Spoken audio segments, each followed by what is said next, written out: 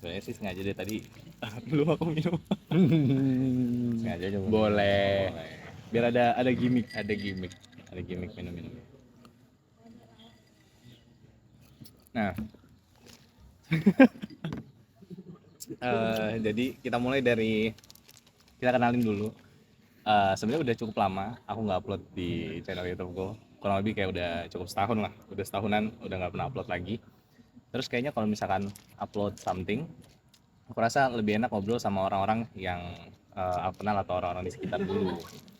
Nah, kali ini aku mau kenalan lagi, mau ngasih perkenalan ke semua orang yang nonton.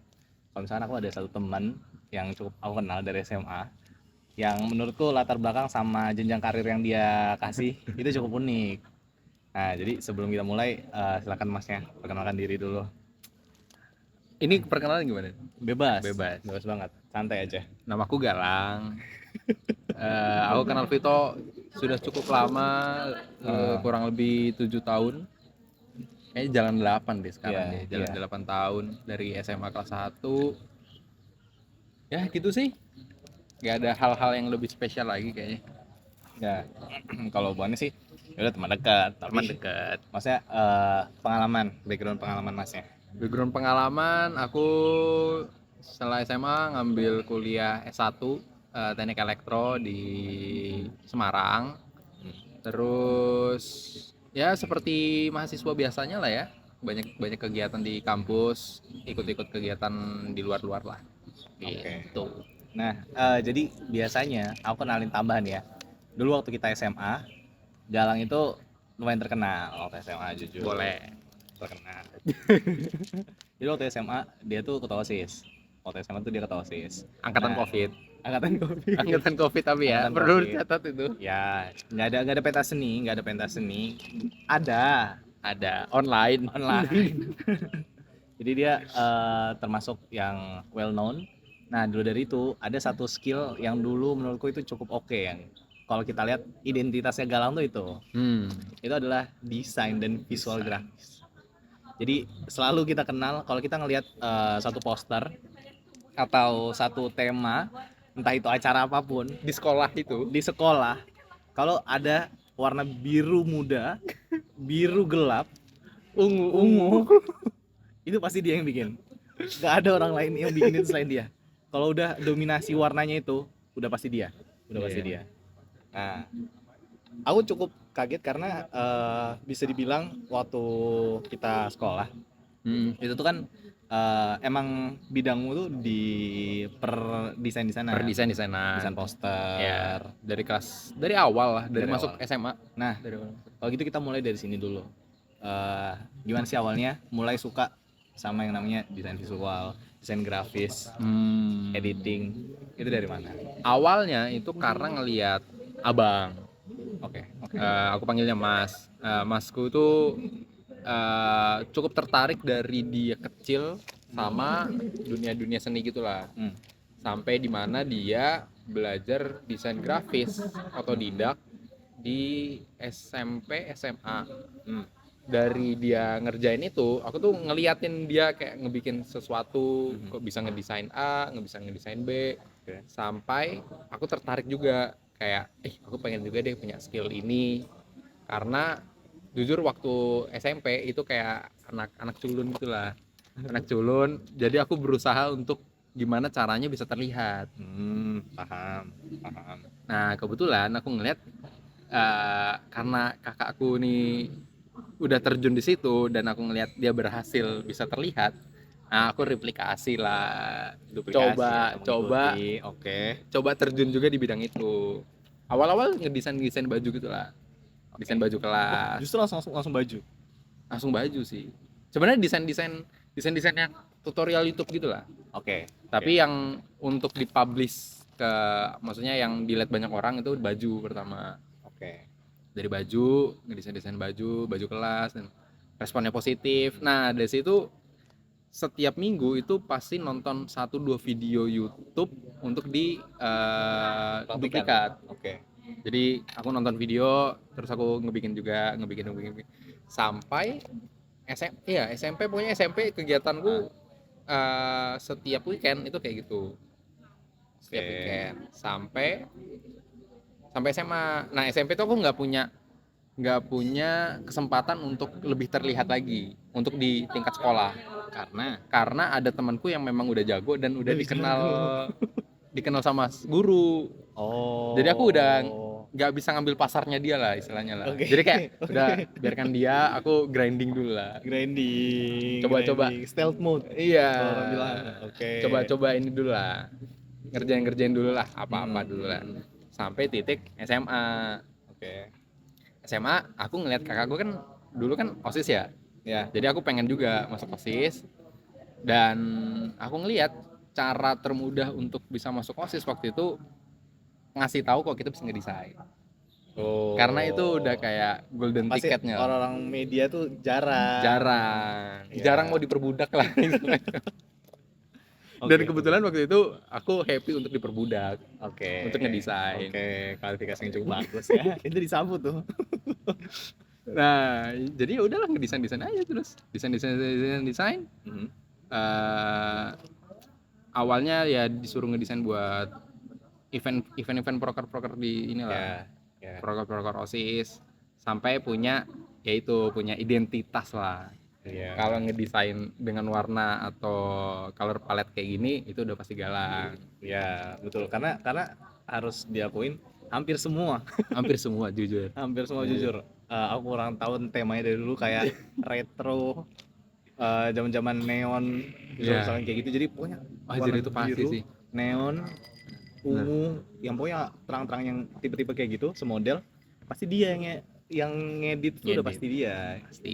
Nah, sebenarnya yang mungkin orang-orang juga perlu tahu menurutku itu adalah emang kan semua orang tuh bisa ngedesain, semua orang tuh bisa visual grafis. Nah mungkin kayak orang pasti tahu ya, terus beda galang sama yang lain apa gitu kan.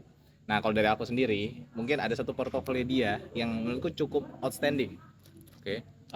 di kalangan kita, karena dulu dia sempat menang FLS 2N. Bener. FLS 2N. FLS 2N. Juara berapa? Juara 3 nasional. 3 nasional. Itu prestasi top sih. Itu top sih. Mainnya udah di tingkat negara. Tingkat negara. Mainnya tingkat negara. Dia udah nomor 3 lah. Orang nomor 3. Setidaknya. Iya, kalau ada tier, desain grafis RI 3. RI 3. RI 3. Tingkat SMA lagi. Tingkat SMA. Kelas paling atas. Kelas paling atas. Ya kan habis gitu kuliah nggak ada lagi. Iya, nggak ada. Sebenarnya ada sih. Aku kurang tahu. Sebenarnya ada apa ya? Lomba kreativitas gitu juga, tapi aku nggak. Oh, kreativitas mahasiswa. Mungkin kayak Kreativitas PKM kan ada ya, Timnas. Ada, PKM, tapi memang ada usus seni itu ada. Oh. Dan sebenarnya harusnya aku diwajibkan untuk ikut itu. Tapi nggak ikut. Tapi waktu itu pas angkatanku itu masih belum, sistemnya belum kebentuk lah. Oke. Gitu.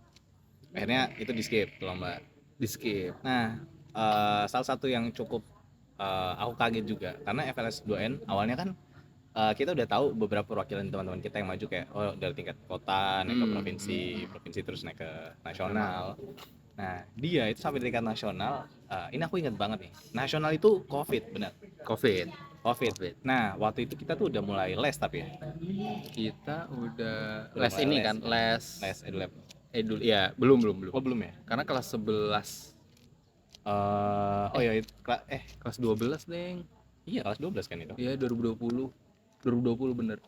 Nah, udah 2020 akhir, berarti udah kelas 11. 11 Udah akhir. kelas 12. 12 awal. 12 awal. Oke. Nah, dari situ tuh aku inget banget kita sempat ketemu. Terus dia itu ada 2 orang lah kalau nggak salah yang maju sampai nasional. Ya, Kamu aku sama sama Fajar kan? Fenty atau Fajar gitu. Fenty Fajar lah. Pokoknya mereka yang maju sampai nasional. Yep. Nah, karena mereka maju sampai nasional, aku juga tahu. Jadi aku tanya waktu itu kamu terus kayak ke Fajar, tanya, "Lang, persiapan gimana, Lang?" Belum nyiapin apa? Karena kalau aku nggak bisa nyiapin apa. Sampai H-3 ya? Jujur aku nggak ada nyiapin apa-apa sih. Karena memang nggak bisa dipersiapkan gitu, tau nggak sih? Masuk akal. Karena nggak, kalau tari ya bisalah latihan tari gitu. Ya. Nah, kalau desain kasih tahu dulu sistemnya lomba waktu Covid itu gimana? Nah, waktu COVID itu beda banget sama offline. Oke. Kalau setahu offline itu kan kita datang ke venue kan, kalau offline kan. Datang ke venue hari H, kita dapat tema itu hari H. Oke. Dan kita ngebikin desainnya di hari H juga. Oke. Kalau aku itu sama juga, tapi deadline-nya itu kayaknya bisa lebih panjang lah kita bilang. Karena aku dapat tema itu let's say hari pertama di jam 10 lah. Oke, dapat tema, kita bisa ngebikin tema dulu baru kita bisa bikin. Nah, kalau di offline itu kita bikin dapat tema langsung kita ngerjain di lokasi dan besok sorenya bukan besok sorenya. Sorenya hari itu langsung dikumpul. 24 jam berarti ya? Nggak nyampe 24 jam. Oh. Tapi kalau aku tuh hampir 24 jam lah. Jadi aku ngebikin sekarang, dapat temanya sekarang, besoknya itu aku baru ngumpul. Besok sore gitu. Oh. Jadi aku punya waktu tuh lebih panjang. panjang. Lebih panjang. Gitu sih. Sistemnya kita dapat tema, terus dikasih tahu ketentuan-ketentuannya, udah kita bikin dari tema itu. Oke. Nah, sebenarnya kalau nanti aku pengen ngedit, aku cantumin posternya di situ. Dan Kita kasih lihat di sini posternya, hasilnya. Tapi kalau nggak malas ngedit, nggak ada. Nanti aku taruh di link aja di bawah. boleh. Nah, dari situ aku sama teman-teman yang lain mungkin punya keyakinan bahwa karena Galang udah masuk ke bidang-bidang seni, visual, desain grafis, ini tuh sampai di tingkat yang nasional. Ya punya portofolio yang gede di situ. Iya, kira-kira kayak kayaknya dia perlu untuk melanjutkan apa yang dia bisa. Nah, Jadi aku dulu berpikir wajar. waktu itu kita satu les bareng. Nah, Nah, waktu itu kan udah mulai disuruh kayak pilih jurusan. ya. Nah, tapi satu hal yang mungkin aku ingat, tapi coba koreksi ya. Waktu kelas 2 atau menuju kelas 3, itu kamu udah bilang kalau misalkan kamu bakal elektro. Mungkin nggak spesifik langsung elektro ya, Tapi teknik. Iya, tapi teknik. Oh, aku ngomongnya informatika. Informatika. Pokoknya informatika. Tapi nggak mau terlalu sering di depan laptop, bener kan? Iya, Soalnya itu kelapangan. karena orang tua. Oh. Karena orang tua nggak ngebolehin. Oke. Nah, itu ada perdebatan kecil. Sama orang tua tuh ada perdebatan kecil. Ya, masalah pemilihan jurusan. Masalah pemilihan jurusan. Sampai akhirnya tiba-tiba dia milih elektro. Ya. Nah, karena dia milih elektro, aku jadi kayak elektro ternyata deh. Jauh sih jujur ya. Jauh. Karena memang semua orang pasti mikirnya, bahkan guru yang jadi pembimbingku, itu mikirnya aku ngambil kesenian desain grafis itu. Betul, desain produk, DKV. Ya, pokoknya ngedesain lah. Tapi jujur waktu itu tahu aja kalau ini nggak ada uang ya. Jadi Oh iya. bukan nggak ada uangnya sih. Cuma karena aku nganggap ini hobi. Oke. Jadi nggak itu masalah nggak ada uangnya kok guys, ada uangnya. Ada uangnya. Aku takut dirujak aja. Enggak, yang nonton ini sepi kok. Nggak ada yang tahu nih. Iya, masuk akal. Jadi tahu. Jadi ya udahlah. Ngambil elektro karena ini hobi. Maksudnya karena desain grafis itu hobi, aku nggak mau itu jadi serius lah. Nggak mau diseriusin banget sampai nanti burn out. Ya kalau burn out di situ, Hobi gua apa lagi? iya hobi gua apalagi, nggak ada waktu untuk meluangkannya lah. Gitu. Oke. Jadinya ya udahlah, cari apa yang bisa ngambil, ada peluangnya lebih besar lah. Oh. Itu kalau kata orang dulu, Ronaldo kalau liburan nggak megang bola. Nah itulah, nggak mungkin lah dia juggling tiba-tiba di depan pantai kan, enggak. Iya, paham. Nggak paham. Gitu. Nah, makanya akhirnya dapat kesempatan dia masuk di elektro. Benar. Nah, mungkin cukup oke lagi karena dia elektro waktu itu dan udah punya prestasi di nasional. Dia jadinya punya kesempatan untuk dapat beasiswa. Benar, Masuk ditawarin akal. beasiswa. Jadi gini dulu guys, waktu kita masuk kuliah itu kita sama lah, semua tuh sama ambisnya. Semua sama ambisnya, kita ngejar PTN kalau bisa di luar Kalimantan. Gitu. Jadi kita Benar. ngejar PTN di luar Kalimantan. Nah, salah satu step waktu itu adalah SNM, jadi yang via raport. Ya, biar rapot. Terus habis gitu nanti ada SBM. Ya, SBM, Jalur- SNM, SBM. Ya, Ya, habis itu ya mandiri kan. mandiri. Nah, cuman ada jalur-jalur lain di zaman itu yang mungkin nggak semua orang tahu mungkin. Ya, nggak semua orang tahu, benar. Bener kan? Benar. Jadi ada beberapa jalur yang kayak jalur dia. Iya. Yang justru aku malah kayak, aku baru tahu ada jalur ini. Benar. Mungkin ada yang pernah dengar kalau di IPB, setahu itu ada jalur OSIS. Ya, ada jalur. Mungkin karena kita di Kalimantan ya. Jadi kita nggak, Informasinya kurang. informasi untuk itu kurang banget. Jujur. Waktu itu di zaman kita Jujur. ya, zaman kita. Iya, di zaman kita itu informasi soal itu tuh kurang banget. Iya, kurang banget. Jadi bahkan aku sendiri tuh nggak tahu kalau misalnya kita jadi ketua OSIS, kita tuh bisa Bisa masuk PTN lah. Bisa masuk Ada PTN. golden ticketnya gitu lah. Iya, lewat jalur-jalur tertentu itu. Nah, itu kita nggak tahu. Bener. Dan sekolah pun nggak ada penyuluhan soal itu kan sebenarnya. Bener, nggak ada Dan penyuluhan. kebanyakan tuh kita taunya dari kakak kelas yang udah lulus. Kakak kelas, iya. Atau kayak dikasih tahu ya, bahkan dulu informasi kayaknya via sosial media aja Iya, kita itu iya, kurang menjangkau kan. Nah, kasih tahu dulu masuknya lewat jalur apa. Jadi lewat sebenarnya kalau ini di Undip ya, di Undip itu kayak jalur mandiri, tapi masuknya jalur mandiri tapi kayak jalur prestasinya. Jadi jalur prestasi mandiri tapi nggak bayar uang gedung gitu. Jadi memang istilahnya kalau aku bisa bilang itu kayak SNMPTN-nya khususnya si Undip gitu. Nah, tapi Jadi bukan masih nasional. diadu lagi. Tapi masih ada adu lagi. Oke. Tapi diadunya itu nggak diadu gimana karena diadunya kayak karena jalur yang kuambil ini memang dikhususkan buat supaya Undip itu dapat talenta anjir maksudnya siswa-siswa yang dulunya berprestasi supaya bisa dipakai lagi untuk di kuliah itu dijadiin berprestasi lagi karena kan kalau kita berprestasi di kuliah nama Univ kan bakal naik juga kan ya, jadi bener-bener. Kita maksudnya itu menjaring anak-anak yang dulunya berprestasi supaya bisa masuk ke Undip. Nah itu aku alhamdulillah keterima di situ. Masih ada nggak sekarang? Sampai sekarang masih ada. Sampai sekarang masih ada. Sampai Nama sekarang. Jalurnya apa? Nama jalurnya SBUB. Itu SBUB. seleksi bibit unggul. Bibit unggul berprestasi benar. Nah, jadi maksudku kalau misalkan nanti ada teman-teman yang nonton juga, terus penasaran dan punya prestasi, punya portofolio yang cukup. Yep. Nah, ya udah coba aja.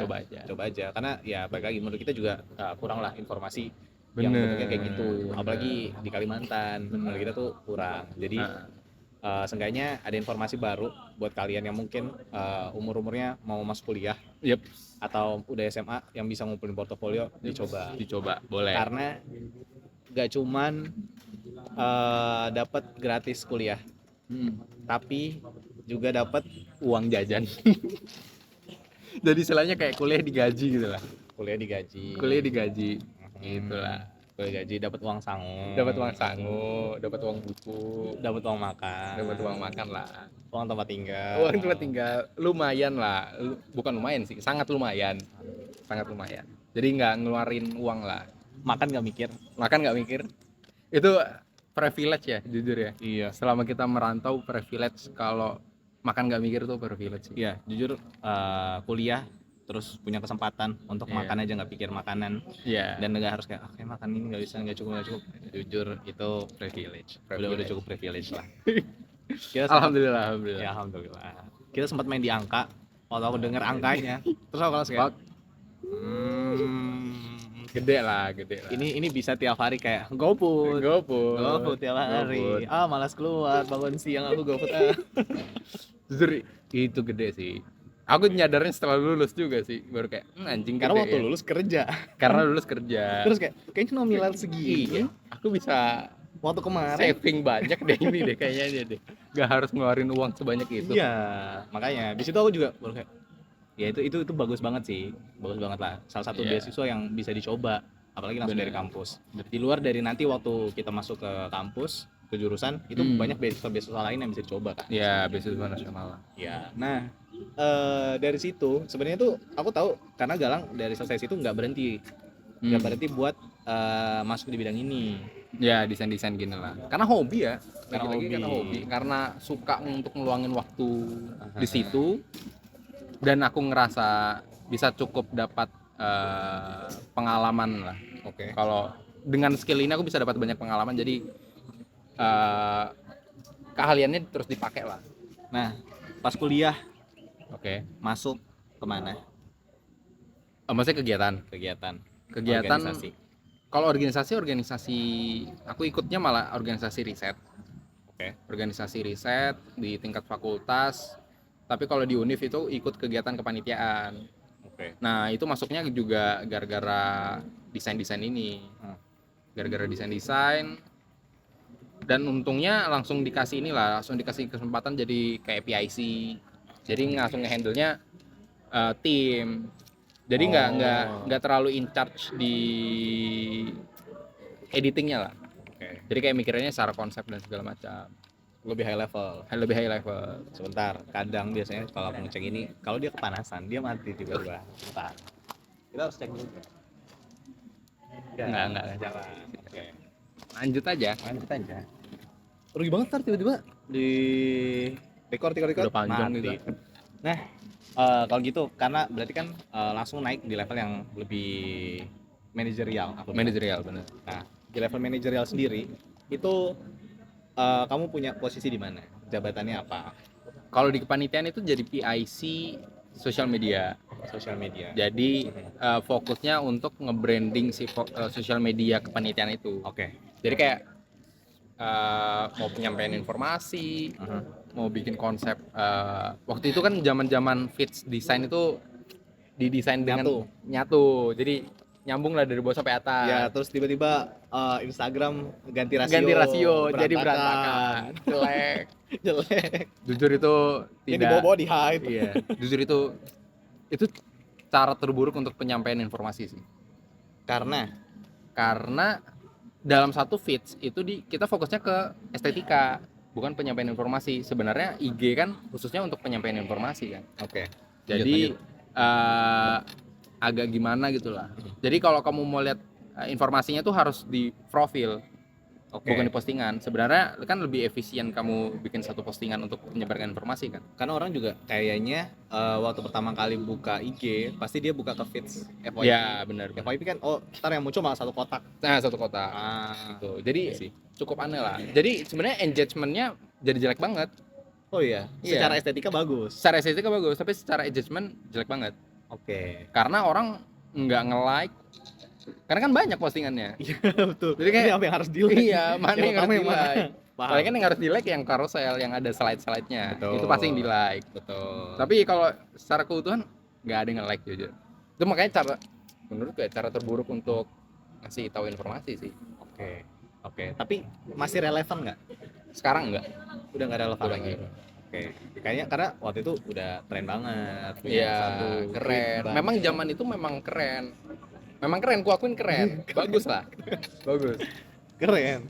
Tapi balik lagi. Karena kalau tujuanku buat kepanitiaan, itu kan tujuannya kita ngumpulin massa sama kita ngebangun penyampaian informasinya. Kan utamanya di situ kan. Bukan masalah estetika dan segala macam. Apalagi kita mau promosi untuk di satu postingan dan yang kepotong kan promosi apa yang bisa tersampaikan. Paham. Itu sih. Nah, setelah kamu udah selesai nih ke satu panitiaan, lanjut ke yang lain nggak? Nah, waktu itu jadi kayak aku terafiliasi lah di Oke. Jadi kan masuknya itu kalau di Univ kan pasti dikelola sama BEM kan. Ya. Oke. Jadi aku udah di well known di satu bidang. Oh iya. Dan kebetulan bidang itu udah mulai lingkaran setan tuh. Ya, jadi di bidang itu handle banyak project. Oke. Nge-handle banyak proker. Jadi kalau udah kelar satu, beberapa bulan ke depan ada proker yang lain, itu aku bisa ditarik lagi. Jadi aku dalam 1 tahun itu bisa ngambil 2-3 kali proker. Bahkan di satu proker yang sama itu aku ngambil 2 tahun. Oke. 2 tahun pokoknya di ngerjain proker itu. Bahkan di tahun ketiga itu ditawarin lagi untuk ngambil lagi. Jujur cukup. Itu sampai di titik burnout untuk ngelihat depan laptop. Oh ya, udah enak banget. Sampai nggak mau ngedesain lagi. Itu gara-gara itu. Memang kurang ajar sih. Karena jujur ada momen dimana let's say kita semua liburan. Ya, kita semua liburan, kita balik. Biasanya kalau liburan balik kita akan ketemu dan ngobrol-ngobrol lagi sama teman-teman yang lain. Aku bawa laptop, ngerjain desain. Ini teman-teman lagi ngobrol sebentar, hangout, buka laptop. Bentar, ada Zoom meeting. Iya. Tolong sekarang di-upload. Itulah. Anjir capek banget lah. Kebayang. Nah, sebenarnya kan habis gitu pindah nih mulai dari ranah-ranah kreatif desain yang idenya visual grafis, desain grafis dan langsung operational hands on ke desain kan terus ubah ke level yang manajerial. Nah, di level manajerial itu tuh masuk ke sosial media berarti ya? Iya, jatuhnya nge-handle sosial media. Nah, ini dulu deh dari awal karena pindah ada yang susah nggak transisi dari yang awalnya hands on ke desain terus memegang sosial media? Hands on yang susah banget itu cari tahu konten apa yang rame, Oke. cari tahu apa konten yang dimau sama audiens kita. Oke. Itu aku awalnya buta banget lah. Oke. Nggak, karena kan aku nggak punya background ilmu di situ. Oke. Awalnya aku cuma tahu ngedesain gimana sih cara ngedeliver informasi dengan desain yang ciamik itu gimana caranya. Oke. Tapi aku nggak tahu informasi apa sih yang sebenarnya audiensnya itu pengen. Oke. Nah itulah, itu yang susah untuk aku butuh waktu yang lama untuk kayak nyari tahu, oh kalau di IG ini bagusnya untuk informasinya ABCD, niche atau niche lah bahasanya niche-nya. Niche-nya apa? Niche-nya apa? Oke. Itu lama sih itu. Oh. Berarti waktu pindah sosmed itu nge-handle sosmed sendiri atau ada tim? Ada tim, tapi sebenarnya kalau nge-handle sosmed yang benar-benar nge-handle itu awalnya aku graphic design. Oke. Jadi aku cuma nerima bahan lah. Oke. Nerima bahan dari tim konten kreator atau konten writing. Oke. Ini aku pengen bikin konten ini, terus nanti kamu bikin ya visualnya. Nah itu aku sampai di titik itu aja lah kalau di sosial media. Sampai ya disuruh handle project, handle sosmed itu kan otomatis aku harus mikir dari end to end ya kan. Ya. Harus mikirin nge-create konten apa yang bagus sampai visual apa yang bagus.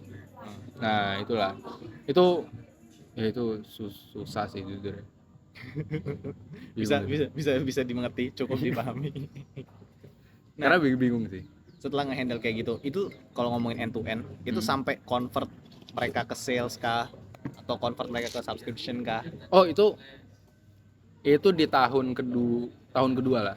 Tahun kedua aku nge-handle sosmed itu udah ranahnya ke situ. Karena udah ranahnya komersial. Awalnya aku nggak komersial. Oke. Awalnya bener-bener bikin sosmed untuk nge-get massa aja gitu lah. Oke. Kayak seru-seruan gitu lah. Ataupun kalau nge-handle klien itu jatuhnya promosi. Kita nggak ngurusin beli putus gitu lah. Oke. Jadi kayak kita kayak bikin pet promo tapi segala macam, kita cuma promosi udah kelar, udah kelar, sampai di titik bikin social media management. Oke. Jadi di agency itulah anjir, anak agency.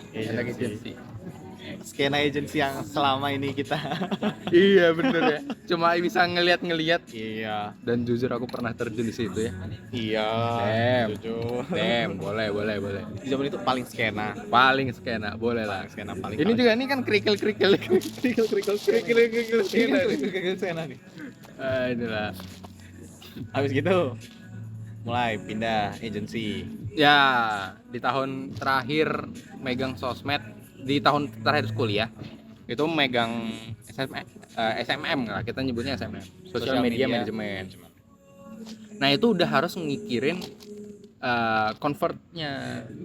Oke. Itu lebih next lagi lah dibandingkan karena kan kita harus ngumpulin massa, rame engagementnya, brand knowledge-nya jadi bagus, tapi harus juga nge-convert itu ke sales. Nah itu lumayan susah lah. Sampai sekarang aku juga nggak begitu paham gimana caranya nge-convertnya, karena aku cuma tahu gimana cara nyari audiens, udah titik doang. Tapi nggak tahu gimana kalau udah ngumpulin audiens, gimana sih cara nge-convertnya, itu aku nggak tahu. Sampai sekarang belum tahu. Oke. Berarti bisa dibilang iya emang nge-guide ngumpulin audiens, nge-guide massa sama nge-convert dari massa atau insight yang kita punya ke sales, itu dua hal yang cukup beda. Iya, itu udah pelajaran yang taktiknya udah beda lah. Oke. Taktiknya udah beda karena objektif dari awalnya udah beda. Oke. Gitu. Jadi pendekatannya pasti beda sih. Oke. Nah, sebenarnya kita selipin dulu tips sama trik yang aku juga baru tahu. Apa? Tips dan trik soal punya sosial media, gimana sih caranya sosial media itu naik berdasarkan pengalamanmu. Jelas tapi pengalaman orang beda-beda. Ya, pengalaman orang beda-beda. Nah, tapi ada satu trik yang aku baru sadar, ini tuh kayaknya berpengaruh juga sih. Yeah. Ini make sense setelah aku scroll beberapa lama ya kan. Iya sih, teknik ini tuh make sense untuk di satu sosial media. Tapi nggak semua sosial media kayak gitu ya. Tapi ini salah satu trik yang make sense yang aku baru tahu dari dia. Iya, Kasih tahu. sebenarnya fokus awalnya di bentuk kontennya apa, bentuk akunnya itu seperti apa. Karena kan banyak nih akun-akun berita kayak apa, Creative Fox, Talkative. Nah, itu dia mainnya di banyak frekuensi postingan. Jadi akun apa ya? Akunnya dia itu sering muncul di timeline kita. Jadi otomatis engagement-nya dia bakal kebus lah, karena linear juga sama banyak postingannya. Tapi kan kebanyakan kalau buat kita nih yang perintis, itu kita bisa pakai teknik itu. Tapi kalau memang nggak punya waktu yang banyak, yang bisa cuma produce satu hari satu konten, taktiknya itu upload konten di jam yang sama. Jadi harus tahu di akunmu itu paling banyaknya aktif audiensnya itu di jam berapa. Nah itu waktu itu karena teknik, jadi kan kita harus data driven kan. Kepake ya ilmu engineering di sosmed Iya, ini. makanya tadi awalnya judulnya mau ke social media engineering. boleh kan? Enggak, maksudnya social media engineering enggak harus yang pakai AI bla. Iya, social media engineering, menerapkan konsep engineer di social media. Jadi kan engineering kan memang untuk pengambilan keputusan harus data driven kan. Harus ada data dulu sampai kayak kita bisa menyimpulkan, oh kita harus ngelakuin A. Betul. Nah waktu itu di akun yang handle sosmed di agency itulah, itu aku nerapin itu. Jadi aku karena fokusnya aku udah ke manajerial, jadi aku harus nyari tahu juga audiensnya pengennya apa. Gitu. Nah kebetulan kan di IG kan ada analytics kan. Nah waktu itu aku ngebaca analyticsnya lah, kayak ngebaca orang apa, audiens kita dari mana, lokasinya di mana, terus lebih banyak cowok apa cewek, sama umurnya berapa, sama nah yang tadi yang tips itu jam berapa sih aktifnya. Nah waktu itu kebetulan banyaknya di akun yang ku handle itu banyaknya di jam 6 sampai jam 7. 6 sampai 7 malam. Sebenarnya kalau basic tips itu sebenarnya kalau orang-orang dulu itu jam makan siang sama jam pulang kerja. Itu banyak orang yang megang HP. Otomatis bukanya sosmed kan. Nah itu waktu yang terbaik untuk, kita nyebutnya golden hour lah. Golden hour untuk kita ngeposting di 2 jam itu. Tapi aku nyari pendekatan yang lain ya lewat analytics itu. Karena kan itu secara general memang cara itu worth juga. Tapi waktu itu aku ngebaca analyticsnya, oh ternyata uploadnya itu jam 6 sampai jam 7. Jadi otomatis kita di hari itu harus ngupload konten di jam-jam itu. Dan itu lumayan ngefek, dan aku udah pernah nyoba. Nah ini eksperimen gitulah. Kalau kita nguploadnya jam 9, kan itu udah jam-jam istirahat lah. Harusnya kalau bayangan kita jam istirahat, jam-jam killing time aja, ngebunuh waktu gitu. Otomatis orang buka HP, buka sosmed. Dan aku cobalah jam 8, jam 9 di luar jam prime time itu atau golden hour-nya. Dan ternyata nggak works. Iya. Pokoknya engagement yang kita dapat itu nggak sama yang kayak kita upload di golden hour atau prime time-nya. Ada ini nggak? Ada hipotesa nggak? Kalau misalkan nih kita punya perusahaan, tapi yang geraknya 24 jam. Let's say perusahaan internasional. Geraknya 24 jam kan berarti. Jadi bisa cuman based on Indonesia di jam ini sampai ini. Oh itu kita balik lagi kayak ke audiensnya. Karena kan di analytics kita kan bisa kelihatan kan. Audiensnya banyak di negara apa. Nah kita bisa ngeliatin itu aja kayak. Berarti kalau mau target, let's say negaranya Indonesia. Indonesia. Terus kayak Indonesia tuh jam 7 sama 6 nih. Tapi sementara kalau kita mau targetnya orang-orang di Amerika, jam 2 malam. Nah, berarti ya kita tinggal pilih tinggal pilih itu aja. Tinggal pilih itu aja. Sebenarnya makanya bikin konten yang kalau mau bikin akun sosmed ya harus tentuin dulu target audiens yang kita mau itu apa, yang kita mau dapetin itu apa. Terus sebenarnya kayak apa ya, lifestyle-nya dia itu seperti apa. Itu juga tips itu, kita harus menyesuaikan lifestyle-nya mereka sama konten yang kita produce. Jadi semisal kayak anak orang inilah, kita targetin kantoran yang kantoran-kantoran Jakarta gitu lah. Oke. Yang habis kelar kerja, nge-gym atau ke padel. Ya. Nah, kita bisa bikin konten yang dekat dengan mereka. Oke. Nah, itu juga tips juga tuh. Kayak kita bikin konten yang dekat sama audiens. Oke. Jadi kita bikin konten fokusnya kita mau posisikan diri kita jadi audiens. Itu gimana? Oke. Oh, anggap kita audiens, kita kira-kira kita mau baca Iya. atau kayak mau bikin konten yang gimana kan? Iya, Kayak gitu kan. benar. Oke. Benar. Nah, itu bisa pakai gitulah cara. Oke. Dan Nah, itu cukup worth it. Dan itu cukup worth. Ya, sama kita mempermudah kita bikin konten apa. Karena kan orang bingung ya bikin konten planning. Ya. Let's say dalam 1 bulan ke depan gitu. Ya. Kan kita langsung produce banyak konten dalam satu waktu kan. Oke. Otomatis kan bingung ya bikin kontennya apa. Ya. Nah, waktu itu aku caranya ya udah kayak gitu. Oh. Produce-nya kita langsung, aku pengen target audiens ini, lifestyle-nya kayak gini, ya udah kita tinggal runutin aja dari lifestyle itu apa sih yang menarik yang kita bisa bikin konten. I see. Nah, Gono. kalau misalkan kita ngomongin konten udah kayak gitu, udah selesai. Kira-kira ads itu perlu nggak sebenarnya? Oh, menarik ya. Kalau ads itu kalau mau nge-boosting sih sebenarnya. Oke. Tujuannya pengen nge-boosting sama pengen memperluas audiens, ya itu bagus. Kayak gitu. Oke.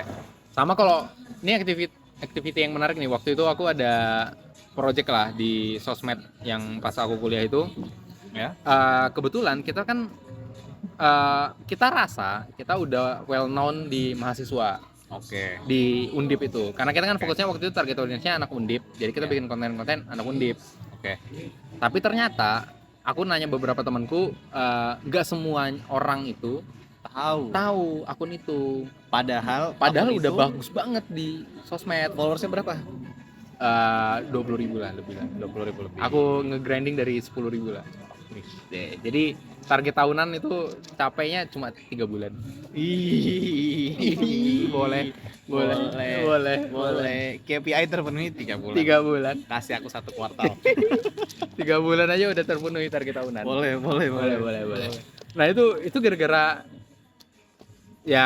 ngebaca data, jadi kayak sesuai lah sama audiensnya.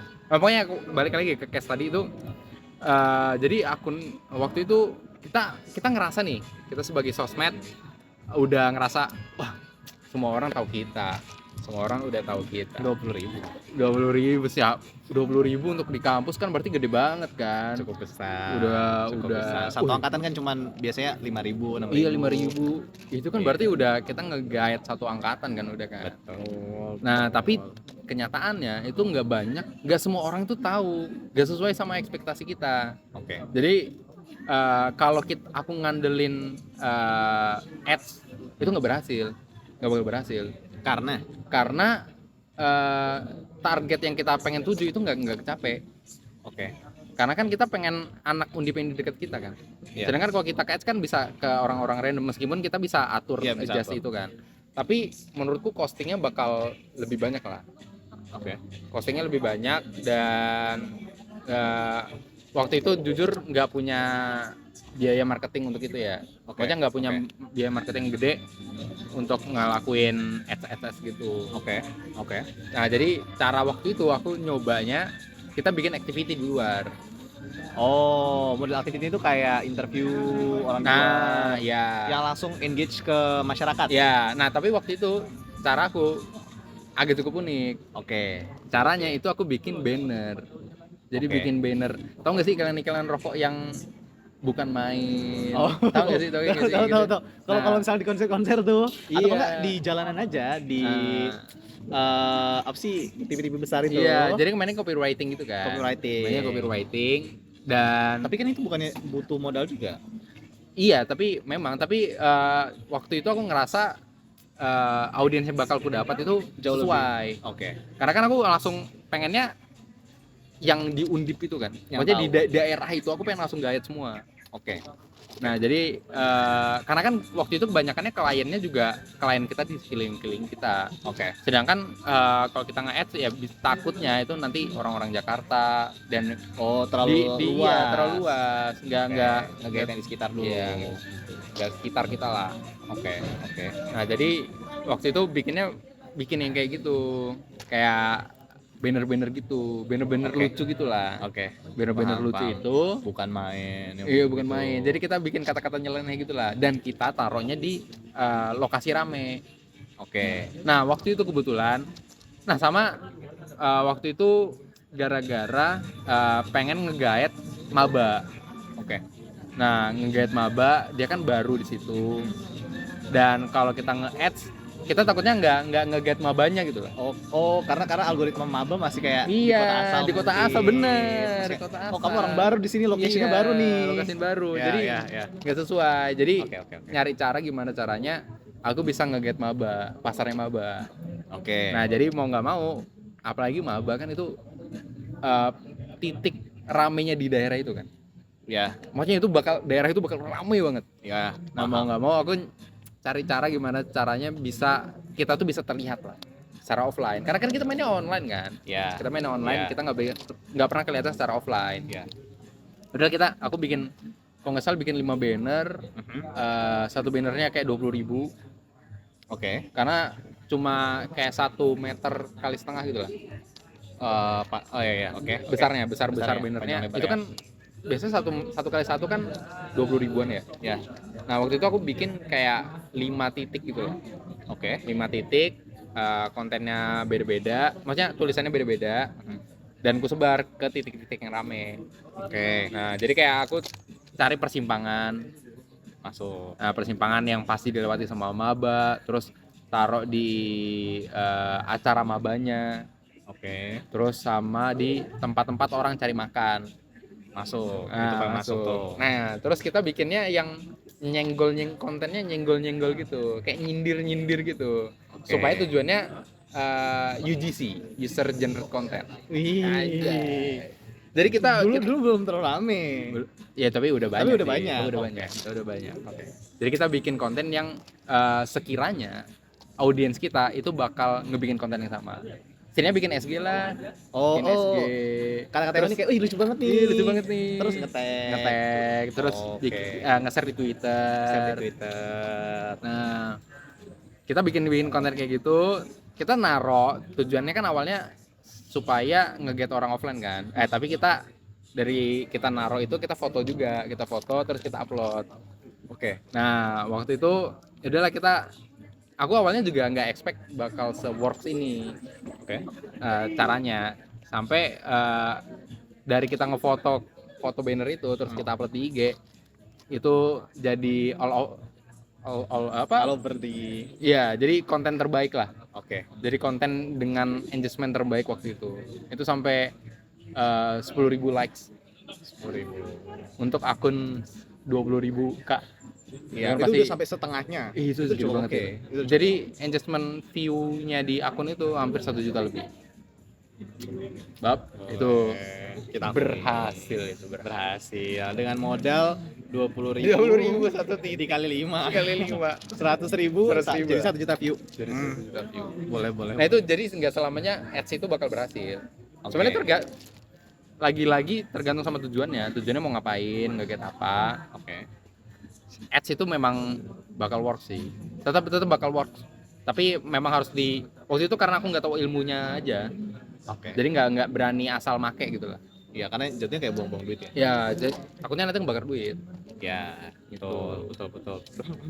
Ya. Nah, kebetulan selain si sosial media satu itu lagi, ada lagi nggak akun-akun yang dipegang? Yang terbesar sih itu ya. Sama Itu yang sekarang kita kan lagi Boleh. ngebangun. Jadi aku pengen ngelihat di Samarinda itu nggak ada yang akun kayak gitu kan. Ya. Jadi kita pengen nyoba bikin akun. Sebenarnya karena kita udah bekerja, Ya. tujuannya buat stress release-nya lah. Stress release. Betul. Karena kayaknya kalau kita berdua sendiri mikir masih ada sisi di mana kita tuh suka sama model kesenian. Iya. Suka sama kayak kayaknya nuangin ide. Itu tetap harus ada wadahnya. Ini ya sudah coba aja bikin kayak gitu. Ya apalagi kan kalau di corporate kan kita nggak bisa kayak gitu ya. Nggak bisa Dia sesimpel korporat itu. aku enggak. Ya udah, nah habis gitu pindah lah, karena di akhir-akhir tuh aku mulai ngerasa kayak Kayaknya gue udah off sosmed. Iya benar. Udah demis. Udah deh, Miss. Udah demis. selesai. Udah selesai. Anda pamit undur diri. Udah demis. Nah setelah demis itu mulai geser tuh ranahnya. Iya. Udah mulai engineering banget. Balik ke sesuai kuliah lah. Sesuai kuliah. Tapi dulu waktu kuliah nih, kan sambil ngerjain sosial media kan, sambil ngerjain sosial media dan lain-lain, sempat kepikiran nggak kayak, aduh kenapa aku nggak lanjut aja atau kayak ya udahlah aku selesai ini tapi tetap karirku sosial media. Oh enggak sih, itu enggak kepikiran sih. Karena udah tahu agency itu gimana ya. Oke. Dan waktu itu aku ngerasa itu gara-gara manajemen atasanku aja sih yang agak-agak gimana ya. Karena waktu itu aku udah ngeluangin effort segede itu, tapi apa ya, feedbacknya tuh nggak sebagus itu lah, apresiasinya tuh kurang lah. Aku ngerasa di agensi apresiasinya tuh masih kurang. Tahu ini nggak piramida Maslow? Apa itu? Nggak tahu. Nanti ada biasanya organisasi profesional bisnis kita ada piramida Maslow. Hal-hal yang perlu didapatkan atau dikasih ke orang-orang di sekitar, self esteem, terus yang kayak basic kebutuhan sehari-hari. Nah ini kayak gitu, itu yang kurang berarti. Oh, kayaknya. Iya. Nah abis selesai, kira-kira sebenarnya worth it nggak sih? Kan akhirnya ya udahlah kayaknya agensi enggak. Kalau sebenarnya kalau tadi kan masalahnya ada di kamu sama manajemen, let's say. Iya. Nah sebenarnya itu tuh kalau manajemennya bagus, sebenarnya works aja nggak? Oh, works banget. Selama kita bisa apa ya? Karena kan sebenarnya bikin konten gak seribet itu ya. Iya. Dan kebanyakan orang mikirnya bikin konten ya have fun, seru. Sebenarnya serunya di agency itu karena bebas. Bebas berekspresi. Karena bebas berekspresi. Eksperimental. Makanya Gen Z banyak mau larinya ke agency. Karena bebas. Gen Z kan sukanya bebas. Kebebasan. Mut-mutan. Kerja di kafe. Gitu. Kerja di kafe. Americano. Ya karena memang bebas. Makanya banyak Gen Z kulihat mikirnya ke sana. Gitulah. Worth nggak sebenarnya? Kalau bisa, sebenarnya worth it sih.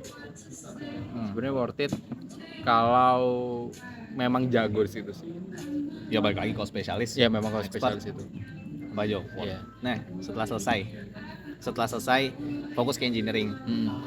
Pengalaman berikutnya yang dilakukan di engineering apa? Nah itu makanya sekarang kan kita pengen bikin sosmed supaya ada wadah. Karena kalau aku mikirnya di engineering jujur capek. Jelasin dulu. Sekarang Galang udah nggak terlalu berkecimpung di dunia sosmed lagi. Nah. Dia fokus ke yang engineering. Di engineering. Sesuai dengan yang dia kuliah sekarang. Lanjut jadi akhirnya engineering. Nah yang cukup lucu menurutku adalah apa yang kamu pelajarin sama apa yang terjadi di lapangan. Kuliahnya kan sebenarnya elektro. Nah yang di lapangan sekarang ngehitung nilai proyek. Nah ini dulu istilahnya yang dihitung tuh lebih ke apa? Cost estimator. Namanya cost estimator. Jadi memproyeksikan nilai proyek itu bakal berapa. Sampai kita bisa menang tender gitulah. Nah mungkin gara-gara itu jadi tahu kan kayak cara ngitung nilai proyek, terus berapa profitable-nya, tahu proses bisnisnya, jadi tergiur untuk bisa terjun ke sana, bisa bikin sendiri. Nah ada momen dimana kita lagi kerjain pekerjaan kita masing-masing di kafe bareng. Ya udah mungkin lagi sama-sama ayo keluar lah kerjain di luar yuk kerjain di luar. Nah kalian mungkin orang tuh beda-beda ya. Kadang mungkin orang beda-beda cara mengestimasikan sesuatu. Nah mungkin Galang menurutku itu sisi imajinatifnya dia ada yang berbentuk spasial. Iya. Itu lagi diasah. Bener. Sedang menuju yang terbaik. Jadi kadang untuk mengestimasikan sesuatu atau memvisualisasikan sesuatu, dia tuh harus memejamkan mata. Jadi bayangin, ini kerja laptop nih, buka laptop di depan begini. Dia juga buka laptop. Tapi habis gitu dia ambil dulu kertas dia kira-kira bahan-bahan apa yang harus diestimasikan di situ. Dia geser dulu begini, terus dia pejem. Habis Terus pejem, tangannya kayak tangannya gini-gini. ini memang trik aja sih itu. Jadi karena awalnya kan kita sama-sama fokus, terus lama-lama saya mulai ke distract. Kayak ini distraksinya terlalu besar, ngapain orang ini? Jadi buka laptop terus kayak Bener. Tapi kan ya kayak inilah supaya ngebayangin aja. iya, karena kan ya udah lagi membayangkan wajar. Kerja wajar. Tapi kalau orang lain lihat sih memang kayak Iya. nih orang Jadi kena aneh kenapa ini. jadi kayak bayangin aja, karena dia pejam. Iya. Dia habis lihat kertas, pejam. Mungkin bayangannya kayak ini Iron Man. Jarvis. Doctor Strange. Jadi bayangin Iya. Doctor Strange. Aneh. Cukup oke.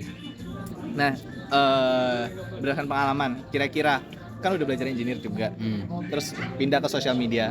Kalau awalnya tadi engineer, itu berguna juga buat sosial media. Nah, sebaliknya nggak sih sebenarnya? Sosial media berguna nggak buat terus engineer yang sekarang lagi dijalanin?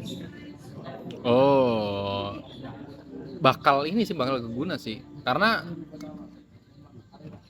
kan aku berkecimpungnya jadinya jatuhnya sekarang jadi sales engineer gitu kan. Jadi kayak memperjualbelikan jasa engineering. Aku ngelihat memang cara beberapa orang buat memasarkan selain lewat relasi itu lewat sosial media juga, itu cukup worth it juga, karena kita langsung menyasar kebanyakan juga manajer pabrik atau manajer yang udah punya kewenangan untuk menentukan project itu buka sosmed. Sosmednya apa biasanya? Apa? Kadang kan orang-orang yang making decision itu menurutku ya, itu nggak semua orang yang making decision itu aktif di LinkedIn, aktif di Instagram. Bener. Mereka rata-rata aktif di mana? Sebenarnya tergantung industri ya. Oke. Setiap industri punya cara yang berbeda. Kalau di industri sekarang, industriku itu banyakannya mainnya di TikTok sama di Facebook. Sebenarnya Facebook itu cara termudah karena kan sekarang kan yang di level manajerial kan masih di millennial sama boomers kan. Ya, oke. Nah, kebanyakan generasi itu kan masih banyaknya di Facebook, tapi udah banyak juga yang larinya ke TikTok. Kalau IG, LinkedIn itu kurang. Tapi tergantung beda industri ya. Kayaknya oil and gas atau IT dan segala macam itu masih banyak di LinkedIn. LinkedIn-nya masih aktif. Oh. Jujur setelah aku lihat, iya sih kayaknya kalau kita mau guide orang-orang yang bisa making decision, ya kita juga harus tahu sosmednya apa. Nah, iya. Dia aktif di bidangnya gimana. Iya, supaya ya kalau kita mau ngincer orang kayak gitu ya emang spesifik masuk ke sana. Benar. Nah, sejauh ini nih kan anggaplah sama sih, kita berdua sebenarnya kurang lebih sama. Jadi masih membangun karir juga. Benar. Kita sama-sama mau mulai. Nah, kira-kira nih kita ngomongin yang ke belakangnya dulu. Dari hasil yang ke belakang tadi, kira-kira saran dulu buat teman-teman yang mungkin masih di ranah kuliah, ranah SMA, apa sih yang harus dipersiapkan untuk seenggaknya, kalau menurutku seenggaknya bisa kuliah dengan nyaman. Terus nyiapin portofolio untuk masuk ke kampus-kampus yang mungkin mereka mau. Terus nyiapin juga jenjang karir yang cocok lah. Meskipun kita juga sebenarnya sih menurutku agak kurang relevan kalau kita yang ngasih advice soal jenjang karir, karena karir kita masih merintis. Kalau misalkan langsung ngomongin soal karir naik 1-2 kayak jumawa. Terlalu jumawa. Kita masih mulai diketawain. Iya. Masih banyak orang yang lebih berpengalaman daripada kita buat ngomongin karir ke depannya. Tapi kalau misalkan ke belakang, berdasarkan pengalaman yang udah kamu punya sampai kamu lulus dan masuk ke dunia industri sekarang, apa sih yang sebenarnya itu harus disiapin sama orang-orang yang baik itu dia di kuliah, baik itu dia di SMA, supaya jalurnya mungkin akan lebih terbayang, lebih mudah. Apalagi kalau menurutku, semoga audiensnya yang ada di sini itu termasuk orang-orang yang tinggal di lingkungan sekitar kita dulu. Oke. Aku berarti sih teman-teman kayak yang anggaplah teman-teman yang tinggal di Kalimantan atau kayak tinggal cukup di pedalaman, tapi kan semua sekarang sudah cukup ada akses internet. Seenggaknya mereka juga punya visi dan gambaran bahwa oh ternyata ada loh jalan yang bisa ditempuh lewat cara ini, lewat cara itu, kayak gitu. Mungkin kalau tips dariku paling awal ya, kalau anak-anak di Kalimantan itu jangan takut bermimpi lebih tinggi lah. Bab. Karena Setara quotes Instagram. karena ini sih, karena aku ngelihat eh, orang Kalimantan punya visi untuk bisa kuliah di Jawa itu aja udah bagus. Punya mimpi aja dulu gitu.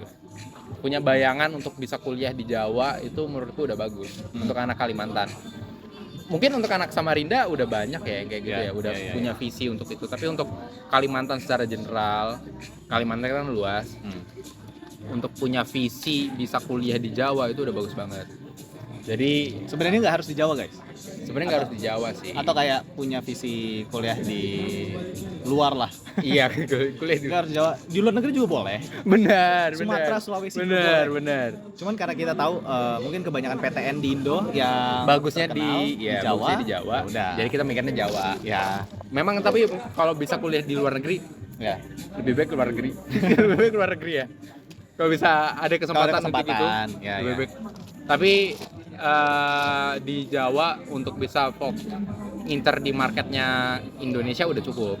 Ya. Udah cukup. Jadi aku ngerasa untuk anak-anak yang sedang menyusun masa depannya,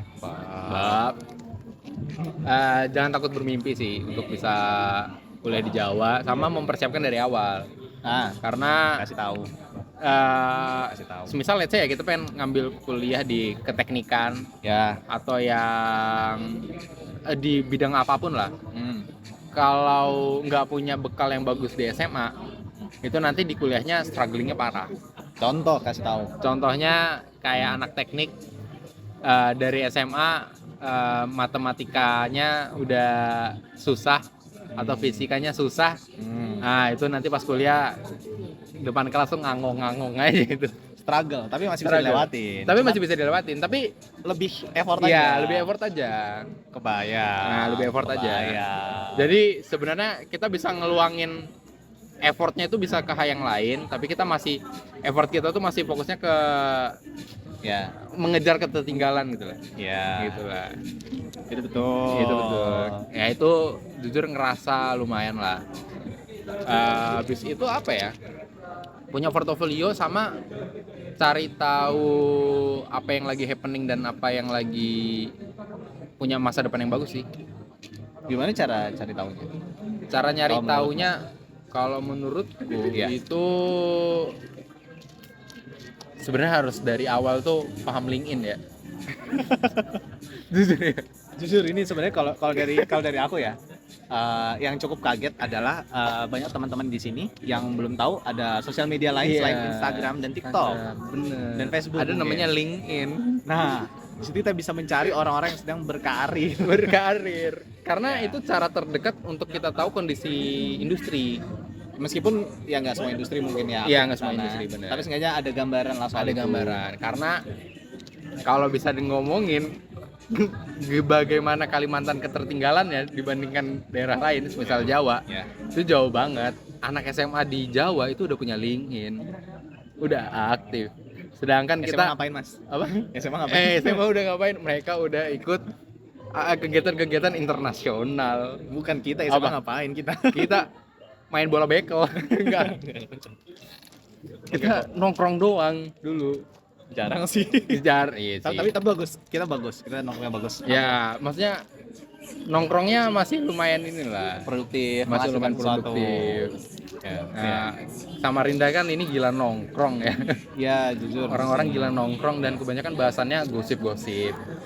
Gitu. Jadi aku rasa untuk bisa tahu lebih luas, dunia lebih luas, sesimpel buka LinkedIn. Sama kalau punya kesempatan cobalah keluar ke Jawa ngelihat gedung-gedung tinggi itu gimana. Gedung-gedung tinggi itu gimana? Atau kalau terdekat ya, kalau di Kalimantan kalau mau dunia engineering coba ke Balikpapan lah. Oh iya. Coba ke Balikpapan dan ngelihat gimana industri itu berjalan. Ya. Ini salah satu takeaway yang menurutku cukup setuju sih kalau dari aku ya. Karena aku setuju banget di bagian bahwa kadang kita tuh kalau kita udah ngerasa besar di suatu Iya. tempat, berarti tempat itu terlalu kecil. Bener banget. Kalau kamu udah ngerasa kamu jago di situ, Iya, bener banget. kamu gedein lagi tempatnya. Gitu. Setuju. Di situ aku ngerasa kayak oh iya sih.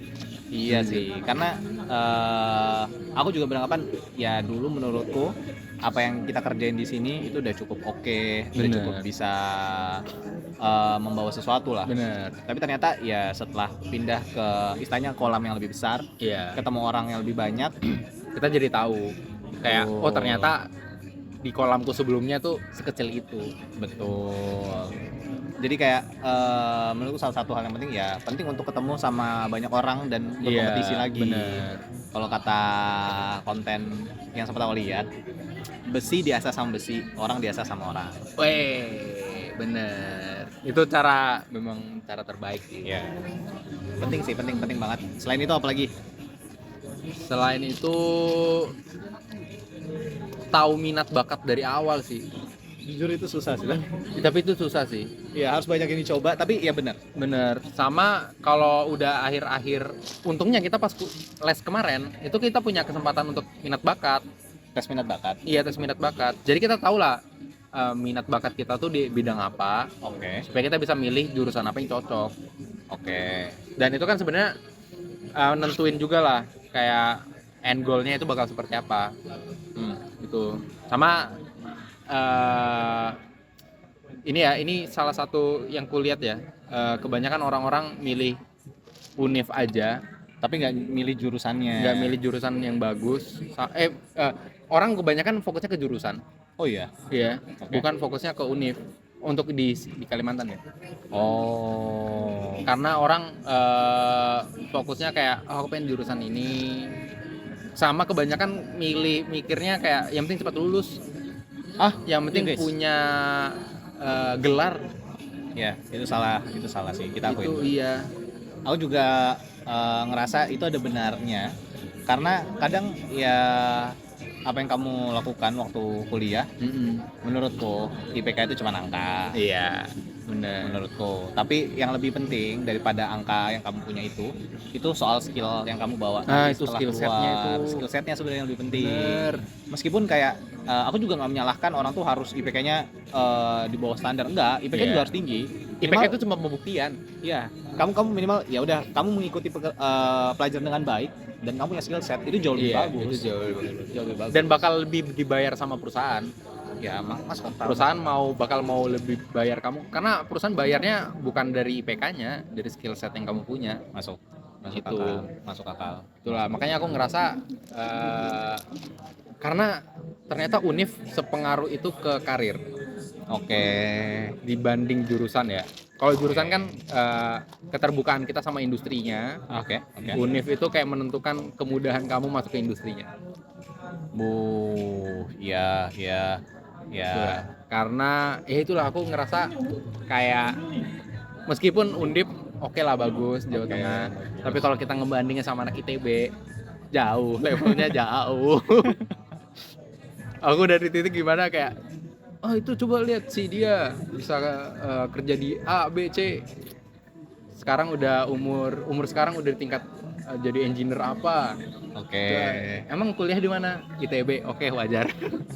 Gajinya udah. Tapi nggak boleh kayak gitu. Iya, tapi sebenarnya nggak boleh kayak Nggak gitu. boleh. Nggak boleh. Tapi itu berarti dia nggak- udah menyusun dari awal. Ya. Dia udah punya planning yang bagus dari awal. Ya. Kalau dia udah kayak, aku udah harus ngincer top. Jadi kayak dia tuh istilahnya udah tersaring dari awal. Ya, tapi Jadi ya. di nextnya dia bersaingnya juga udah kayak aku udah levelnya udah beda lah. Jadi kayak nyaringnya bakal lebih gitu. ya. Bakal lebih mulus. Masuk akal. Sama di tempatnya lebih secara lingkungan kayak itulah, kolamnya memang udah di-push untuk kamu harus Iya. jadi ini. Nah, kebanyakan kolam kayak kita harus sadar dulu, kita sadar kayak aku butuh ini. Nah, tapi kan kalau aku ngelihat kayak memang secara secara kampus memang udah nge-push dia untuk jadi someone gitu. Masuk akal. Gitulah. Karena itulah maksudnya univ itu udah menentukan kamu nanti end goal-nya bakal apa gitu. masuk akal gitu. Satu hal juga. Ya sebenarnya sih itu juga salah satu yang aku lihat setelah lewat 2 fase ya. Iya.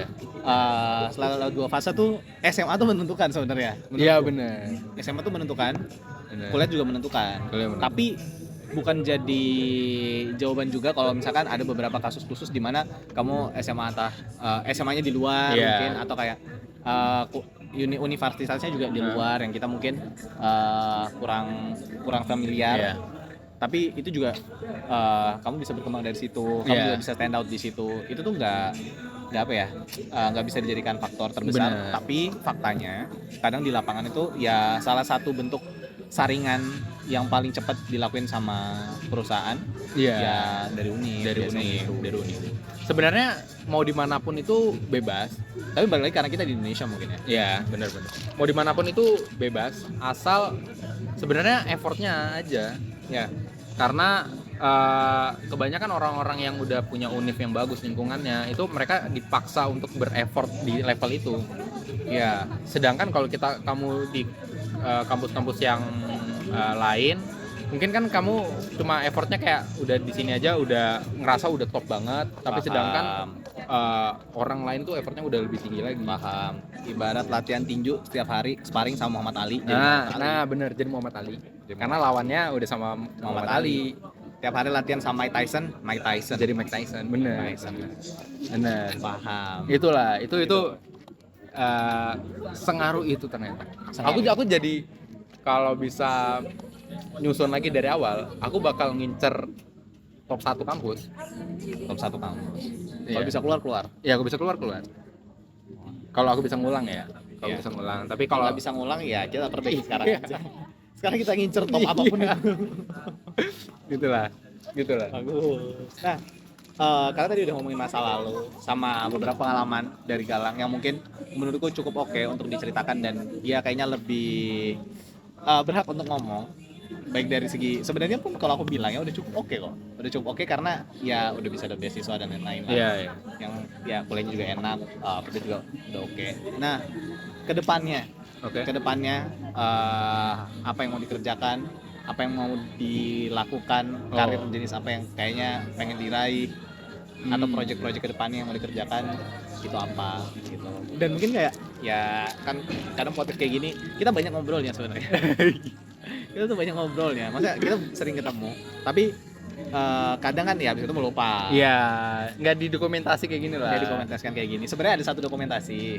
Oh iya. Ada, tapi dokumentasinya keluar nanti tahun 2028. Oh iya 2028 ya. 2028. Aku udah lupa lagi itu ngomong apa. Bagus. Aku juga nggak tahu. Iya, aku udah lupa itu. Ya, nah itu nanti keluarnya nanti. Nah, kayak gini juga sebenarnya. Bedanya ini dokumentasiin. Jadi ya apa yang Galang kerjain sekarang mungkin akan dia lihat lagi di masa depan. Dan proyek-proyek yang dia pengen kerjain sekarang juga mungkin akan dilihat lagi di masa depan. Kira-kira sudah tercapai atau belum ya? Atau kayak ada pivot-pivot lain nggak ya ke arah yang lebih baik? Atau ya ternyata hasilnya gimana? Proyeknya ke depan apa yang mau dikerjain? Untuk sekarang fokusnya pengen apa ya, ngebangun skill set untuk bisa bangun perusahaan sendiri lah.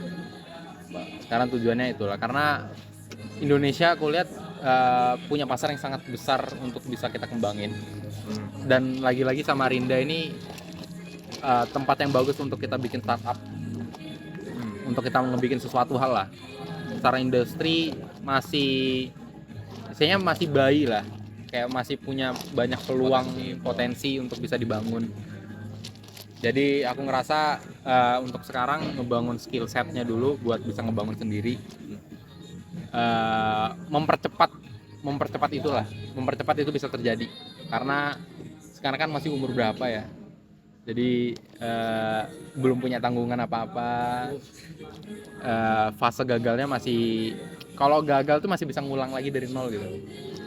Nah itulah, jadi tapi jangan mulainya dari nol banget lagi kalau gagal. Ya minimal naiklah 0,5, 0,6 Dari gitu. pengalaman jadi mulai dari 1. Iya, dari 1 gitulah. Jadi sekarang fokusnya itu sih, ngebangun skill set untuk bisa ngebangun perusahaan sendiri. Masuk akal. Karena aku melihat diriku kayaknya nggak ini deh, aku nggak kebayang aja setiap hari harus datang ke kantor orang lain dan harus kita dibayar dari orang lain gitu, dibayar untuk orang lain gitu. Kayak ya udah ngerjain kerjaan yang repetitif. Nah aku nggak ngerasa tidak punya bayangan itulah. Oke, dalam waktu yang sangat panjang. Ya maksudnya let's say kayak 30 tahun ke atas kayak masih kerja untuk orang lain, itu kayaknya aku harap sih aku bisa bangun sendiri lah, Membuka lapangan pekerjaan. membangun pekerjaan.